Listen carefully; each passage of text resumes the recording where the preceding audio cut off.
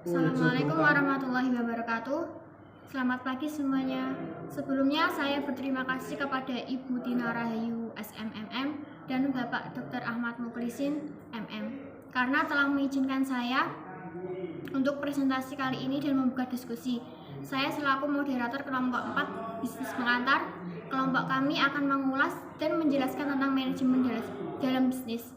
Sebelum kita buka diskusi ini, kali ini perkenalkan nama saya Pinkan Diah Ayuni sebagai moderator dan ada teman-teman saya Anissa Vela Farda, Robi Gunahar, dan Ahmad Jafar Asy'ari.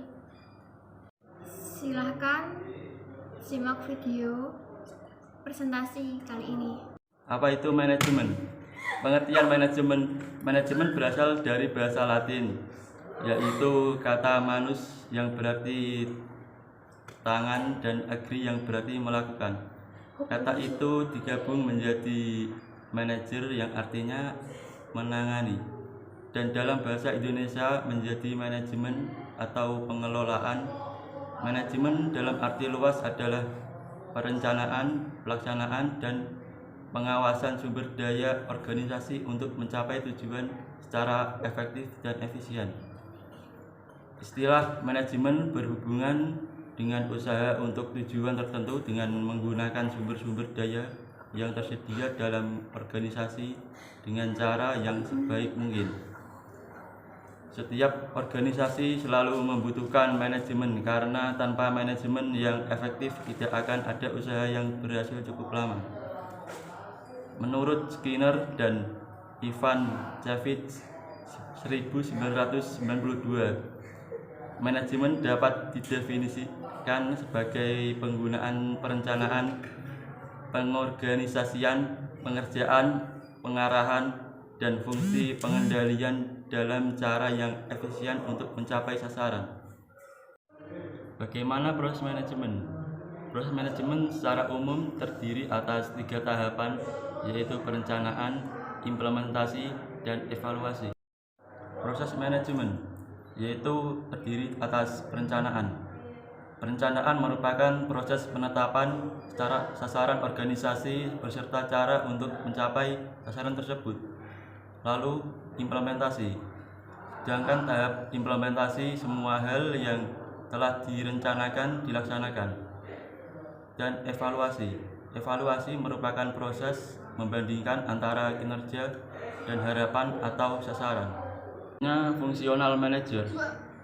Sebuah tim proyek dalam struktur organisasi matriks dikumpulkan dengan mengumpulkan individu dari organisasi pendukung dengan keterampilan khusus yang diperlukan untuk proyek itu. Basic Management Skill. Menurut Zimmermann Jr. 1996, terdapat 3 jenis keterampilan yang diperlukan oleh manajer, yaitu 1. Technical skill atau kemampuan teknik, yang kedua human skill atau kemampuan antar pribadi, yang ketiga conceptual skill atau kemampuan konseptual. Technical skill adalah mengaplikasikan pengetahuan dan pengalaman yang bersifat teknik atau spesial. Yang kedua, human skill, yaitu kemampuan untuk bekerja, memahami dan memotivasi orang lain, baik secara individu maupun kelompok. Yang ketiga, conceptual skill, yaitu kemampuan untuk menganalisis dan mendiagnosis permasalahan yang kompleks. Hal ini meliputi proses identifikasi masalah, mengembangkan alternatif visual, mengevaluasi, dan memilih solusi yang terbaik. Power yang harus dimiliki oleh pemimpin. 1. Kekuasaan keahlian atau expert power. Yang kedua, kekuasaan legitimasi atau legitimasi power. Yang ketiga, kekuasaan referensi atau referensi power. Yang keempat, kekuasaan penghargaan atau reward power. Yang kelima adalah kekuasaan paksaan. Budaya organisasi. Budaya organisasi merupakan faktor yang mempengaruhi secara langsung perilaku individu. Meskipun budaya organisasi dimunculkan dan dipengaruhi individu, tetapi di sisi lain mempengaruhi perilaku individu dan mempengaruhi motivasi individu. Seorang individu dalam organisasi dapat termotivasi atau bahkan dismotivasi karena budaya organisasi di mana ia bekerja. Jika budaya organisasi berperan sebagai motivator, maka ia merupakan faktor yang memberi energi positif bagi individu organisasi. Tetapi jika ia merupakan faktor yang justru membuat dismotivasi individu, maka secara langsung akan menghambat individu mencapai tujuannya. Bahkan dismotivasi yang disebabkan budaya organisasi dapat membuat seseorang individu kehilangan kesempatan untuk mengembangkan bakat dan kreativitas. Milos Campbell, Busan Baran 2006. Untuk UMKM-nya sendiri, kelompok kita memilih UMKM Papi Grab. Alasan memilih UMKM tersebut karena di Kota Kudus UMKM ini sangat langka, jadi menarik untuk kita teliti. Untuk sasaran UMKM-nya, 1. Karyawan kantor atau dinas. 2. Keluarga. Yang 3. Anak muda. Yang 4. Pelajar. Untuk kendala yang dihadapi ada COVID-19. Mungkin di sini kita sudah tahu semua kalau di 2 tahun yang lalu itu di semua negara, khususnya di Indonesia, terdampak COVID-19, terutama di bidang UMKM. Kemudian kenaikan harga baku. Untuk kenaikan harga baku, selanjutnya ada manajemen pemulihan. Manajemen pemulihan terdiri dari strategi pasif, strategi jaringan, strategi aktif, dan strategi adaptasi kebiasaan baru.